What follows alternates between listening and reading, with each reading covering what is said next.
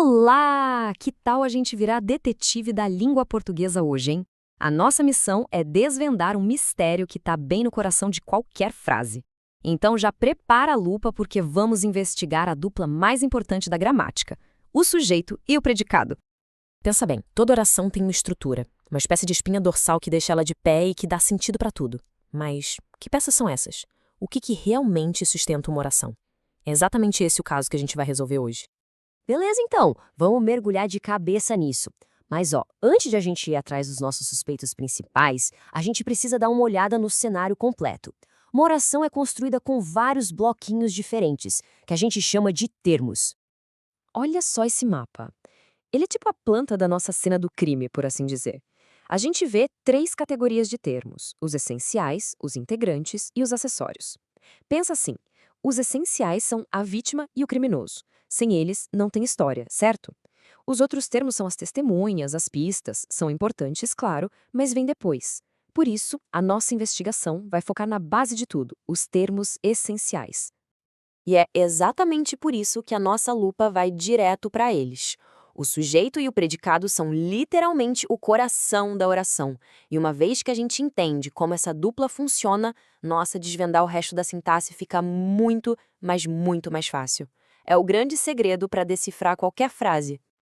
Vamos então direto ao centro da nossa investigação, essa relação que é inseparável entre o sujeito e o predicado. E o mais legal dessa relação é que ela é super simples. O sujeito é basicamente sobre quem ou o que a gente está falando, e o predicado é o que acontece nessa história. Um simplesmente não existe sem o outro. São como o detetive e o caso, inseparáveis. Certo, mas como é que a gente acha o sujeito no meio de uma frase, especialmente naquelas mais complicadas? Pois é, existe um truque. Uma ferramenta secreta que todo bom detetive da gramática precisa ter na manga. E ela está aqui, a nossa ferramenta secreta, a dica de ouro. É uma pergunta super simples, mas com poder, olha, incrível. Funciona assim. Primeiro, a gente acha o verbo, que é a ação. Depois pergunta, quem ou o que logo antes desse verbo. A resposta que a própria frase dá aponta direitinho para o nosso suspeito principal, o sujeito. Então, para não ter erro, o esquema é seguir estes 3 passinhos. Primeiro, ache o verbo. Segundo, monte a pergunta com quem ou o que. E terceiro, a resposta que a frase der. Pronto, é o sujeito. Batata, não tem como errar. Bora testar? Nosso primeiro caso. A oração é: milhares de abelhas invadiram a cidade. Passo 1, encontrar a ação. O verbo claramente é invadiram. Agora, a gente aplica o truque do detetive. Se o verbo é invadiram, a pergunta que a gente faz é: quem invadiu? E a resposta é: milhares de abelhas. Bingo! Caso resolvido. O sujeito da oração é milhares de abelhas. Viu só como funciona? É quase mágico. Ok, vamos para um desafio um pouquinho maior. A ordem das palavras aqui está toda bagunçada. Naquela noite, frisou o palestrante. O sujeito não está no começo, mas o nosso método não falha. O verbo é frisou. Vamos fazer a pergunta quem frisou. E a resposta, que está lá no final da frase, é o palestrante. Isso aqui é perfeito para mostrar que não importa a posição, a nossa técnica sempre encontra o sujeito. Muito bem, agora que a gente já virou o expert em encontrar o sujeito, vamos avançar na investigação e aprender a classificá-lo. Afinal, existem diferentes perfis de sujeito. O primeiro tipo é o sujeito simples. A palavra-chave aqui é núcleo. O núcleo é a palavra mais importante do sujeito, aquela que carrega a ideia central. No sujeito simples, só existe um núcleo. Um e pronto. Vamos analisar as evidências. Na frase, nós saímos cedo, o sujeito é nós, que é também seu único núcleo. Na segunda, as lindas e brancas flores do inverno europeu desabrocharam, o sujeito é enorme, mas a palavra principal, o núcleo, é uma só, flores. O mesmo vale para os outros 2 meninos dançam melhor, em que o núcleo é meninos. Um único núcleo em cada caso, diagnóstico, sujeito simples. A seguir, temos o sujeito composto. A lógica aqui é bem direta. Se o simples tem um núcleo só, o composto, claro, tem mais de um, 2, 3 ou quantos forem. Aqui é como se fosse uma parceria. Em Samara e Kátia tinham uma amizade, temos 2 núcleos. Em dia, hora e lugar devem ser ajustados, são 3. E no último caso, a iniciativa, a inovação e a propriedade também temos 3 núcleos. Quando há mais de um núcleo agindo juntos, a gente classifica como sujeito composto. E agora, o mais misterioso de todos, o sujeito oculto, às vezes chamado de elíptico. Ele é um mestre do disfarce. Não aparece escrito na frase, mas ele sempre deixa uma pista pra gente na terminação do verbo. Quando a gente lê chegaremos, a terminação emos denuncia que o sujeito oculto é nós. Em permanece calmo, o verbo entrega que estamos falando com tu. E em fique quieto, menino, que é um comando, o sujeito oculto é você. Ele não está lá, mas a gente sabe exatamente quem é. Muito bem, detetives. A gente já aprendeu a encontrar o sujeito e a classificar. Agora chegou a hora de testar as habilidades com um último caso. Para o nosso caso final, a fonte original nos deixou essa tirinha. Ela parece simples, mas está cheia de pistas verbais. Vamos analisar as falas dos personagens e colocar nossas habilidades à prova. E aí, que tal a gente bancar o detetive hoje? Mas não é um crime qualquer. A gente vai investigar um dos mistérios mais curiosos da língua portuguesa. O caso do sujeito que existe, mas ninguém sabe quem é. E olha só, a nossa principal peça de evidência é justamente essa tirinha. Parece só uma piada, né? Um garoto chegando em casa, mas a verdade é que ela tem todas as pistas que a gente precisa para desvendar um quebra-cabeça linguístico bem interessante. Então, vamos lá. O nosso mistério gramatical de hoje, o objetivo aqui é entender de uma vez por todas o que é esse tal de sujeito indeterminado que o garoto da tirinha diz que ele é. Olha, dá para pensar no sujeito indeterminado como se fosse o ator anônimo de uma frase. Sabe, a gente sabe que a ação aconteceu, mas a identidade de quem fez aquilo ou é desconhecida ou às vezes é até omitida de propósito. A ação tá ali, clara, mas o agente é um fantasma. E é aqui que o desafio começa de verdade. A lousa, lá no primeiro quadrinho, mostra 3 frases. A piada dá a entender que foram elas que inspiraram o garoto, certo? Mas a grande questão é: será que todas essas frases são mesmo exemplos de sujeito indeterminado? É isso que a gente vai descobrir. Bom, para começar essa nossa investigação, vamos para a primeira pista. É que eu chamo de pista do eles anônimo. E olha, essa é a mais fácil de todas de identificar. A regra aqui é bem direta, bem simples. Quando a gente vê um verbo na terceira pessoa do plural, tipo fizeram, disseram, roubaram, mas não tem nenhuma referência antes de quem são eles, pronto, achamos o nosso sujeito indeterminado. Vamos ver isso na prática com os exemplos. Olha só, roubaram meu carro ontem.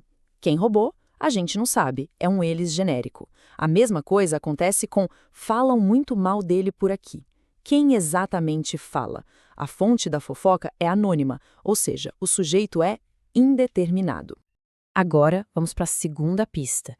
E aqui a investigação começa a ficar um pouquinho mais técnica, mais detalhada. Tudo gira em torno de uma partícula bem pequena, de 2 letrinhas só, mas com poder enorme. A partícula C. É que, em alguns contextos, esse C funciona como o que a gramática chama de índice de indeterminação do sujeito, ou IIS. Pensa nele como se fosse uma plaquinha na frase, sabe? Sinalizando assim: atenção, o sujeito aqui não pode ou não quer ser identificado. Mas calma aí, detetives. Muita atenção agora. O C só funciona como essa pista em condições bem específicas.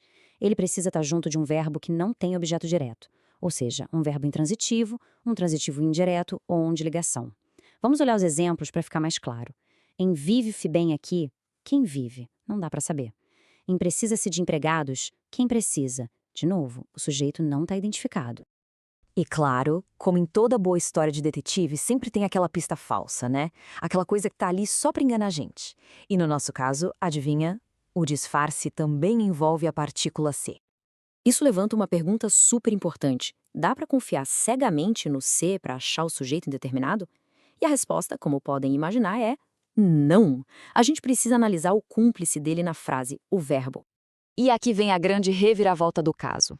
Se a partícula se estiver junto de um verbo transitivo direto, ou seja, aquele verbo que pede um objeto sem preposição, a história muda completamente de figura. O ser para de indicar um sujeito indeterminado e passa a ser o que a gente chama de partícula apassivadora. Ele transforma a frase para voz passiva. E essa comparação aqui deixa tudo muito claro. Dá uma olhada. Do lado esquerdo, precisa-se de empregados. O verbo precisar pede a preposição de, né? Precisa de algo. Então, é transitivo indireto. Aqui, o sujeito é indeterminado. Agora, olha o lado direito. Vende-se casas. O verbo vender é transitivo direto. Vende algo. A frase, na verdade, significa casas são vendidas. E aí, quem é o sujeito? Casas? Não está escondido, está bem ali na cara. Esse é o pulo do gato. Muito bem, vamos agora para a nossa terceira e última pista. Essa é um pouquinho diferente. Ela não está lá no nosso quebra-cabeça da lousa, mas é outra forma super importante de indeterminar o sujeito. É a pista da ação que não tem um ator específico. Isso acontece quando a gente usa um verbo na sua forma original, sabe? O infinitivo. Tipo amar, correr, viver, para expressar uma verdade geral, uma ação que não é de ninguém em particular. Por exemplo, na frase correr faz bem para o coração. Pensa aí, quem é que realiza a ação de correr? Pode ser qualquer um, e ao mesmo tempo ninguém em específico, né? A ação em si é que é o foco. A mesma lógica vale para o famoso verso de Fernando Pessoa, navegar é preciso. A necessidade de navegar é uma ideia universal ali no poema, não é a ação de uma pessoa específica. Beleza, agora que a gente já tem as pistas na mão, principalmente a do eles anônimo e a do misterioso C, estamos prontos. É hora de voltar à cena do crime e finalmente solucionar o enigma da lousa. Então, vamos voltar o olhar lá para o primeiro quadrinho. Agora, aquelas frases não são só palavras escritas, né? Elas são um conjunto de evidências prontinhas para serem analisadas por nós, os detetives. E aqui está o nosso veredito final. Vamos lá, frase por frase. Primeira, precisa-se de empregados. Verbo transitivo indireto mais a partícula C. É o caso clássico da nossa pista 2. Veredito, sujeito indeterminado. Segunda frase, assiste-se a bons filmes. O verbo assistir, no sentido de ver, pede a preposição a, então ele também é transitivo indireto. Veredito, sujeito indeterminado também. E a terceira, hein? Vende-se casas. Ahá, pegamos o disfarce. Vender é transitivo direto, então o sujeito aqui não é indeterminado de jeito nenhum. O sujeito é casas. E com isso, caso encerrado. A piada da tirinha agora ganha uma camada a mais de significado, né? O garoto viu as frases, se inspirou, mas talvez não tenha sacado a armadilha gramatical que estava ali na última delas. Mas, afinal, por que tudo isso é tão importante? Porque saber essa diferença dá pra gente um controle muito maior sobre a língua. Permite que a gente entenda a sutileza, a nuance entre dizer que alguém precisa de algo e dizer que algo está sendo vendido. É um detalhe, sim, mas é um detalhe que refina e muito a nossa comunicação. Sabe aquela frase, choveu muito ontem? A gente fala o tempo todo, né? Faz total sentido. Mas espera aí, quem ou o que choveu? Pois é exatamente esse o mistério que a gente vai desvendar hoje. O famoso sujeito que some nas frases em português. Olha só, para a gente entender isso direitinho, vamos passar por 5 pontos bem rápidos. Primeiro, o que raios é uma oração sem sujeito? Depois, a gente entra nos verbos de clima, no famoso caso do haver, depois tempo e distância e no final um resuminho com as regras de ouro. Bora lá? Então vamos começar com o básico. Uma frase que parece super simples, mas que na verdade esconde um segredinho da nossa gramática. Pode parecer uma pergunta boba, né? Quem está chovendo? Mas é justamente essa pergunta que abre a porta para a gente entender uma coisa muito particular do português. A ação de chover está lá acontecendo, mas cadê o responsável por ela? E a resposta é: ninguém. Pois é, não tem um sujeito ali. A ação acontece por si só. E é daí que vem o nome, oração sem sujeito. É uma frase que usa um tipo de verbo especial, o verbo impessoal, que não precisa de um ator para a cena acontecer. Ok, e o exemplo mais clássico disso, o que todo mundo aprende na escola, são os verbos que falam de fenômenos da natureza. Sabe, é como se o clima tivesse vida própria e agisse por conta própria. Então verbos como chover, nevar, ventar, amanhecer, eles geralmente vêm sozinhos na frase. Eles não precisam de ninguém para fazer a ação. A coisa só acontece. E pronto. Mas é aqui que a coisa fica legal, porque o mesmo verbo que a gente acabou de ver que não tem sujeito, de repente, pode ter um. Como assim? Tudo depende do contexto. É uma virada de chave bem interessante. Dá uma olhada nessa comparação. Quando a gente fala, nossa, esfriou depressa, a gente está falando do tempo, né? Sem sujeito. Agora, se a frase for, nossa, meu café esfriou depressa, opa, agora tem o sujeito, o café. O mesmo rola no sentido figurado. Choveu durante a reunião é impessoal, mas a expressão choveu canivete, quem choveu? Canivete. Um sujeito bem esquisito, mas é o sujeito. A grande sacada é essa. A ação está ligada a alguma coisa ou alguém específico, se sim, tem sujeito. E olha que legal, a música adora brincar com isso. O mestre Tom Jobim, em Águas de Março, faz exatamente isso. Ele dá personalidade para a chuva, ele personifica ela. Então, é a chuva chovendo. Quem está chovendo? A própria chuva. Genial, né? Isso não é um caso único, não. A banda Natiruts faz a mesma coisa. É uma prova de como a arte pode subverter a gramática padrão, dando sujeito para ações que, no dia a dia, a gente diria que não tem. Beleza? Agora vamos para o campeão de audiência em provas e concursos. O verbo que, se a pessoa não dominar, a chance de escorregar é grande. Estamos falando do verbo haver. Então, a regra do haver é a seguinte. Ele vai ser impessoal em 3 casos. Quando ele significar existir, quando significar acontecer ou ocorrer e quando indica tempo que passou. Se o haver tiver um desses 3 sentidos, pode apostar. Ele é impessoal e não tem sujeito. E aqui está o pulo do gato, a parte mais importante. O haver, nesses casos, fica sempre no singular. Sempre, não importa se a gente está falando de uma ou de 1000 coisas. Já os sinônimos dele, como existir e ocorrer, não. Eles precisam concordar. Então a gente diz havia pessoas, no singular, mas existiam pessoas, no plural. Essa diferença é clássica, uma pegadinha que derruba muito a gente. Mas calma lá, que toda regra tem sua exceção, né? Quando o verbo haver é só um ajudante, um verbo auxiliar, aí a história muda. Aí ele se comporta como um verbo qualquer e concorda com o sujeito. Por exemplo, nós já havíamos terminado. Aqui o havíamos foi para o plural para concordar com nós. Simples assim. Muito bem, vamos em frente. Além do haver e dos verbos de clima, tem mais 2 verbos super comuns que entram para esse clube dos impessoais: o fazer e o ser. Eles costumam aparecer assim quando o assunto é tempo ou medida. Funciona assim. O verbo fazer vira impessoal para falar de tempo decorrido, tipo faz horas que estou aqui, ou para falar do clima como fez noites frias.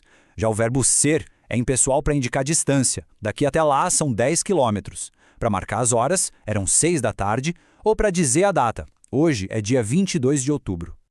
E a lógica é a mesma que a gente já viu. Quando o fazer indica uma ação que alguém praticou, aí ele precisa de um sujeito e tem que concordar com ele. Então, fez noites frias, não tem sujeito. Mas eles fizeram uma brincadeira. Ah, agora o sujeito é eles e o verbo foi para o plural. Ufa, bastante coisa, né? Mas agora, para fechar, vamos organizar tudo isso num resumo prático, com as regras de ouro para ninguém mais ter dúvida. Basicamente, são 2 regras principais. A primeira, verbo impessoal fica sempre na terceira pessoa do singular. Ponto. A única grande exceção aqui é o verbo ser, indicando as horas, que vai concordar com um número. Por isso a gente fala é 1 hora, mas são 2 horas. E a segunda regra de ouro, eles meio que contaminam qualquer verbo auxiliar que esteja junto, obrigando todo o bloco a ficar no singular. E o que é essa tal de contaminação na prática? Significa que frases como tem havido muitos incidentes ou deve fazer dias frios ficam no singular. É um erro bem comum escutar por aí tem havido, com acento no plural. Mas pela regra, como o haver é impessoal, ele contamina o verbo ter e tudo fica no singular. Tem havido.